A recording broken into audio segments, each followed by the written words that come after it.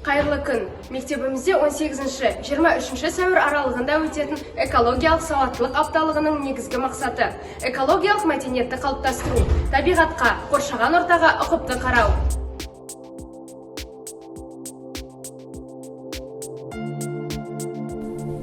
Жер біздің ортақ үйіміз. Барлық ғаламшардың ішінде жер шары ең әдемі, ең бай, өмір сүруге ең қолайлы планета.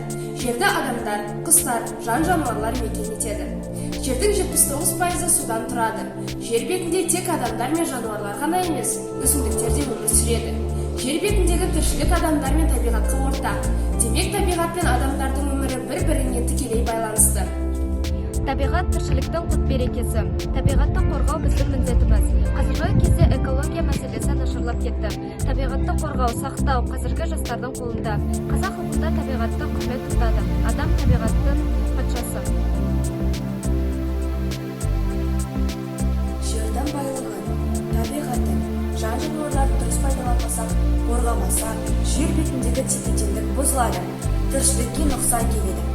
Жер, су, күннің жылуы ауа тіршілік көздері болып табылады. Мен Қазақстанда тұрамын. Қазақстан ең ірі мемлекеттердің бірі болып табылады. Қазақстанның көркеюіне бүкіл ел болып атсалысуда. Қазақстанның келешегі онда тұрған халыққа тікелей байланысты. Әрбір адам бір мүдде, бір бағыт, бір мақсатқа жұмыла еңбек етсе, еліміздің болашағы сөзсіз жарқын болады.